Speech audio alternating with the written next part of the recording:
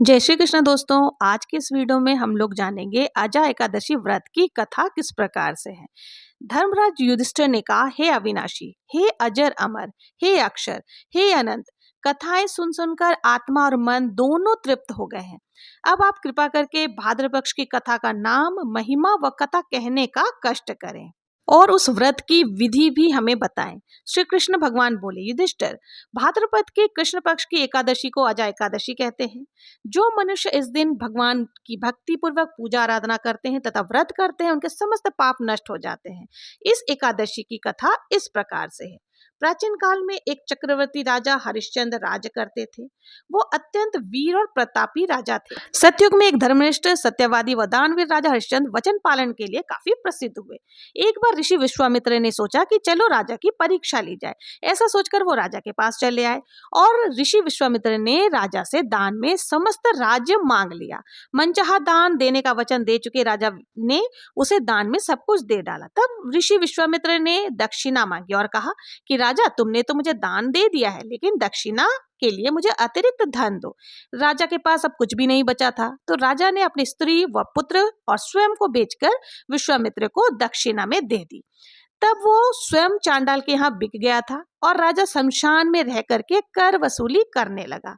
इस नीच कर्म को करने से राजा काफी दुखी था, परंतु उसने इस आपत्ति के काम में भी सत्य को ना छोड़ा। जब इस प्रकार रहते हुए उसको काफी वर्ष व्यतीत हो गए, तो इससे मुक्ति पाने का राजा उपाय ढूंढने लगा।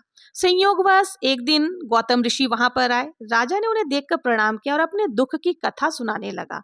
महर्षि गौतम बोले, हे राजन, भाद्रपद के कृष्ण पक्ष की एकादशी को अजा एकादशी का व्रत किया जाता है। तुम अगर इस एकादशी का विधि पूर्वक व्रत करो, भगवान विष्णु की पूजा आराधना करो, रात्रि जागरण करो, तो इससे तुम्हारे समस्त पाप जो है वो नष्ट हो जाएंगे। गौतम ऋषि राजा से इस प्रकार कहकर अंतर्धान हो गए। राजा ने गौतम ऋषि की बात सुन करके भगवान श्री हरि विष्णु की पूजा आराधना की, अजा एकादशी का व्रत किया। उसी व्रत की समाप्ति के दिन उनका पुत्र जो था रोहित, वो सर्प के काटने से मर गया था। किंतु राजा बहुत ही धर्मनिष्ठ था, इसलिए वो बिना कर दिए दाह संस्कार नहीं करने दिया।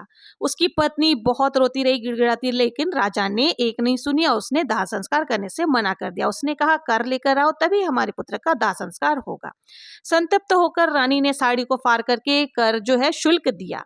तभी राजा ने उसको दाह संस्कार करने की आज्ञा दी। तभी व्रत के प्रभाव से भगवान बहुत ही प्रसन्न हो गए थे और उसी समय ऋषि विश्वामित्र जो उनकी परीक्षा लेने के लिए ये सब चीजें करी थी, वो भी प्रकट हो गए।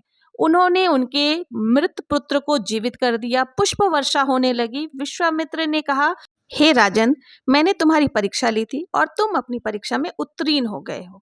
सभी ओर से पुष्प वर्षा होने लग गई। सभी राजा की जय जयकार करने लग गए और सब कुछ पूर्ववत हो गया। जिस प्रकार से राजा के पास पहले राज्य था, रानी थी, उनके पुत्र थे, सभी कुछ पहले के जैसा ही हो गया। और इस व्रत के प्रभाव से चीरकाल तक सुख को भोग कर मृत्यु उपरांत राजा स्वर्गलोक को गए। जो भी जातक अजा एकादशी का व्रत करे, पारण करे, उसे हे प्रभु उसकी समस्त मनोकामनाओं को पूर्ण करना। कहते सुनते हुकारा भरने वाले की भी समस्त मनोकामनाओं को पूर्ण करना। ये थी अजा एकादशी व्रत की कथा।